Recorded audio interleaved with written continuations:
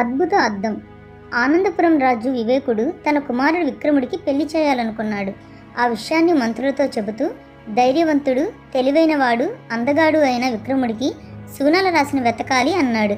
వెంటనే రాజ్యమంతా చాటింపు వేయించారు. ఎవరైనా ముందుకు రావచ్చు, కాకపోతే ఒక్క షరత్తు. వాళ్ళు మా దగ్గర ఉన్న అద్భుత అద్దంలో తమ ముఖాన్ని చూసుకోవాలి. ఎవరి హృదయం అయితే చెడు ఆలోచనతో ఉంటుందో వాళ్ళ అద్దంలో చూసినప్పుడు వారి ముఖం మీద మచ్చలు కనిపిస్తాయి.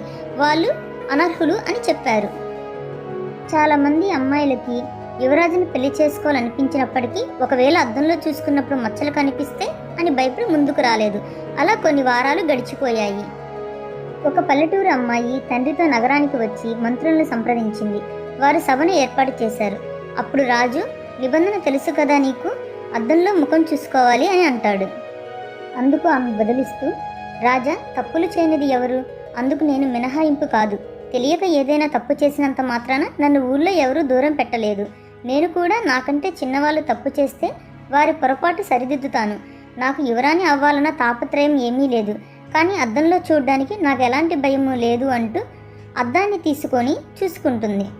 తన అద్దంలో చూసుకున్నప్పుడు తన ముఖం మీద ఎటువంటి మచ్చలు కనిపించవు.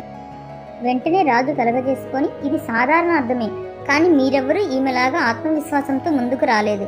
అలా వచ్చింది కాబట్టే ఆమె యువరాణి కాబోతుంది అని ప్రకటించారు.